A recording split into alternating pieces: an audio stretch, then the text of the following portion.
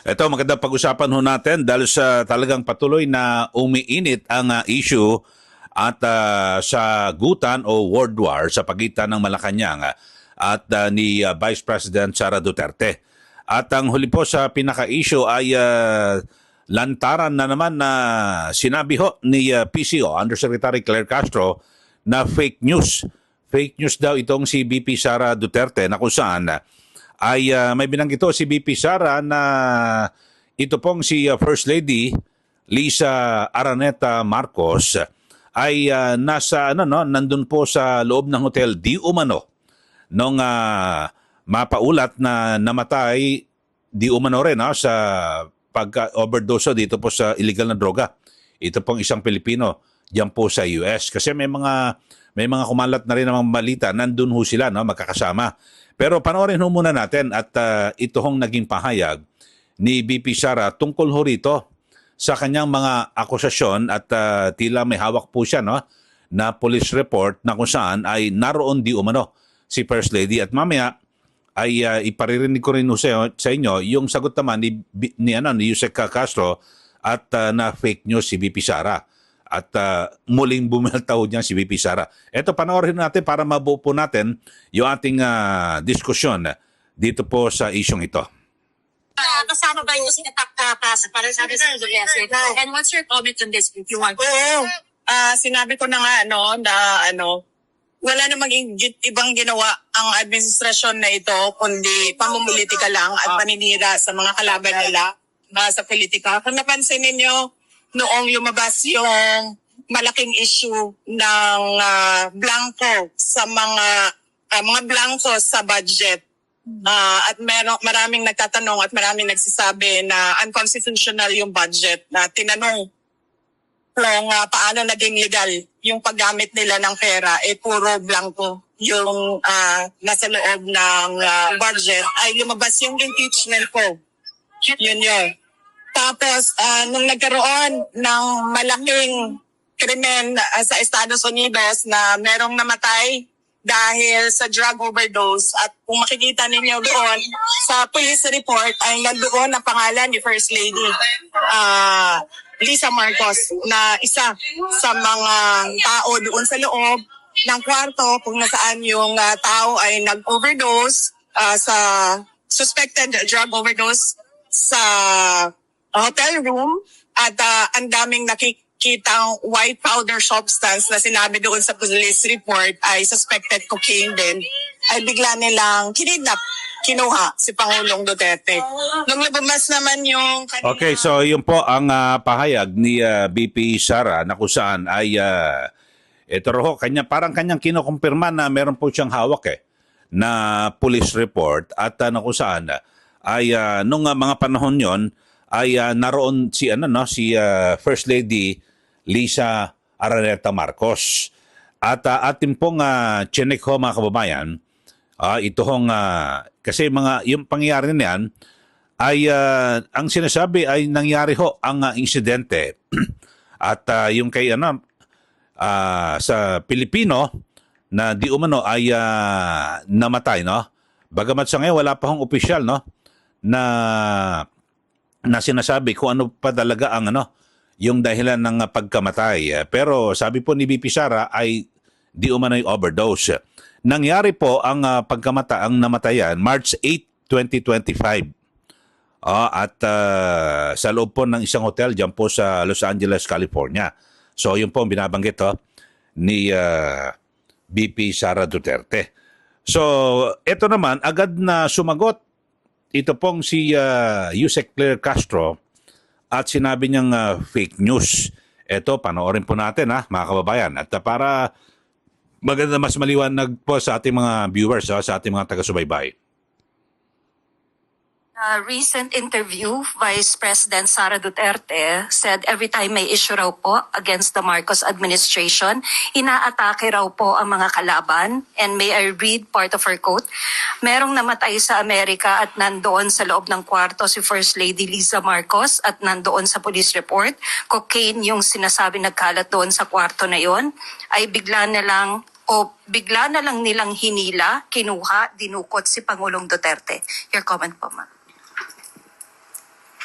kanya pala nang galing ang fake news.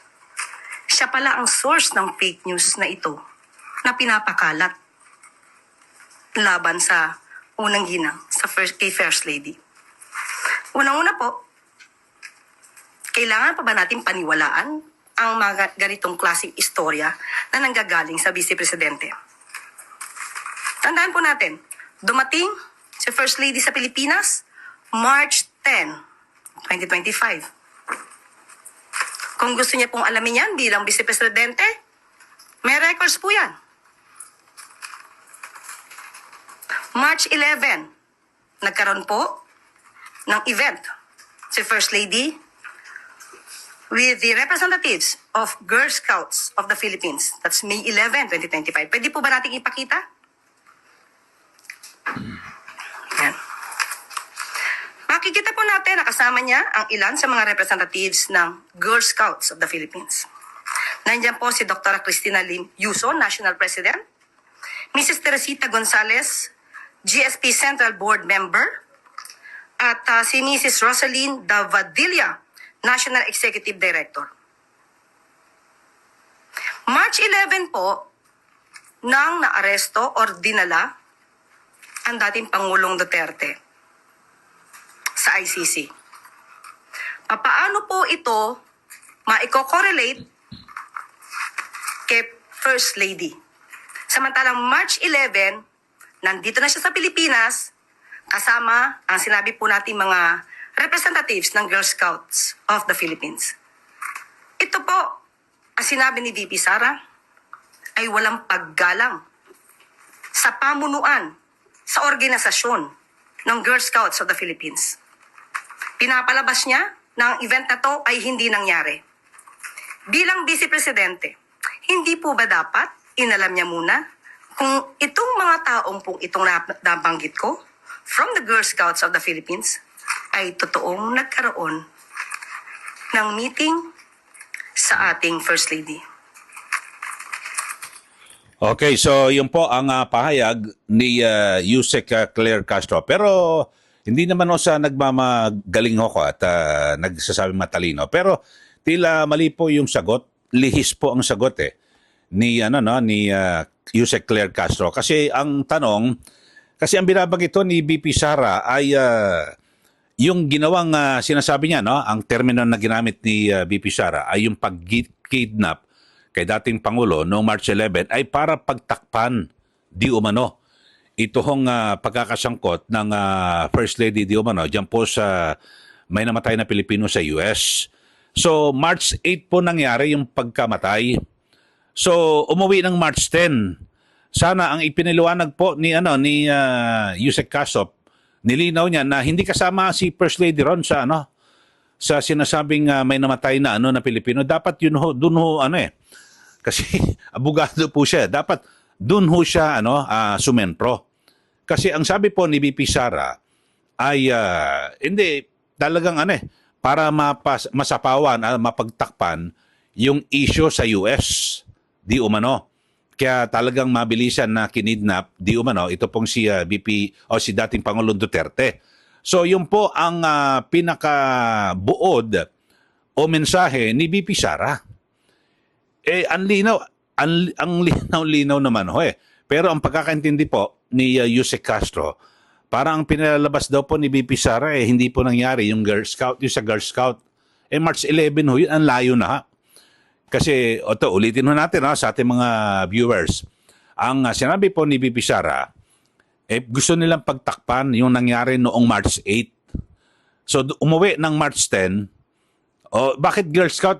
Dapat sabi ho ni Yusek Castro, dapat hindi totoo yan, ganun na lang. Hindi totoo, nakasama si First Lady sa sinasabing pinangyarihan dyan po sa hotel na kung saan meron pong isang Pilipino ang namatay di umano dahil po sa overdose ng droga.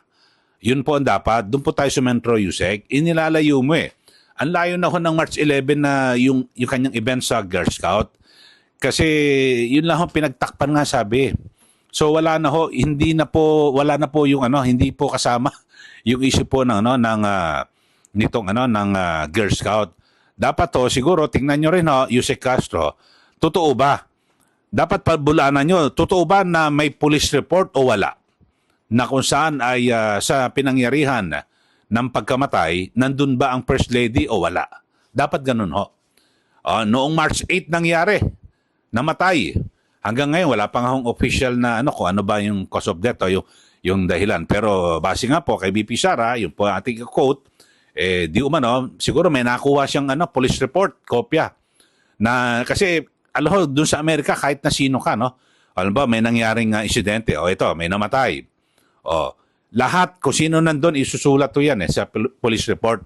O, nandun. Sabi ho, ni BP Sara, nandun si First Lady. So, doon po dapat na sumentro, ito pong si Yusek Castro. Nandun ba o wala? O, tapos ang kwento. May police report ba o wala? Sa police report, nandun ba si First Lady o wala? Yun lang ho ang issue.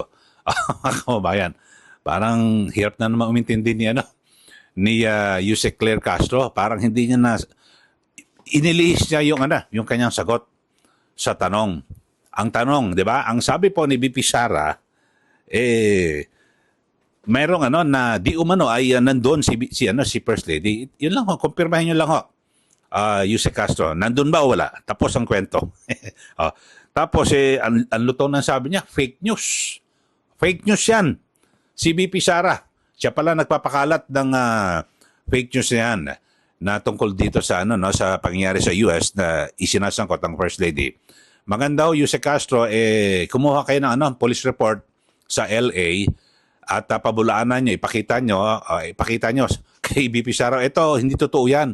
Ito yung police report, wala si First Lady dyan. Ganun po ang dapat na gawin. Di po ba? Para malinis po ang pangalan. Kasi ako wala akong personal na alam dito at mahirap din na magsabi na hindi, involved nga yan si First Lady o hindi. Kasi si BP Sara, maaaring meron po siyang pinagbabatayan yung police report. Di po ba? Yun, nandun ang pangalan. So, siguro maganda, i-contest nyo ho yan na Yusek Castro na kung nandun o wala. Noong March 8. Yung March 11, malayo na ho ito. Tapos na ho yung nangyaring di umano'y pagkamatay diyan po sa US sa isang Pilipino. Ito, may buwelto ho si BP Sara kay Yusek Claire Castro. Nagagalingan ng fake news about doon kay First Lady according to Yusek Castro.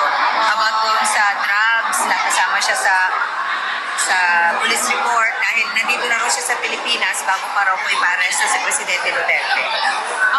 Okay. Yung sa nangyari na... Opo, kayo daw po ang fake news na you're the source of fake Sige. news. Oo. Lagi ko naman na sinasabi, no? Huwag na tayo makinig kay Claire Castro at sa pinsan niya na si Fran Castro. Ang kanilang pamilya ay pamilya na garbage in, garbage out. So, basura ang lumalabas lagi sa bibig. Okay, so yun ho mga kababayan at siguro dapat to ang magandang ginawa ni Yusek Claire Castro. Kailan ba nangyari ang insidente ng pagkamatay? March 8. Sana kung sinabi mo, hindi, March 8 nandito na sa Pilipinas si First Lady, tapos ang issue. Kaso March 11 dumating Yun na lang ho mga kababayan, antabayan natin yung mga susunod na detalye dito at pag-uusapan pa rin. Sana makapagpalabas po ng police report ang Malacanang na patunayan na wala roon si First Lady. Para, di ba, mas maliwanag ho at siguro malinis din po ang pangalan ng unang ginang dito po sa mga issue ito. At para, di ba, matigil na yung issue niyan, di ba? Okay, so sa mga bago lang po sa ating YouTube channel, mag-subscribe na po kayo at huwag niyo pong kalimutan na i-share at i-like para kayo ay updated lagi dito po sa ating mga pagtalakay sa mga issue. Maraming salamat muli. Ito po si Ka Eli. Magandang araw po sa ating lahat.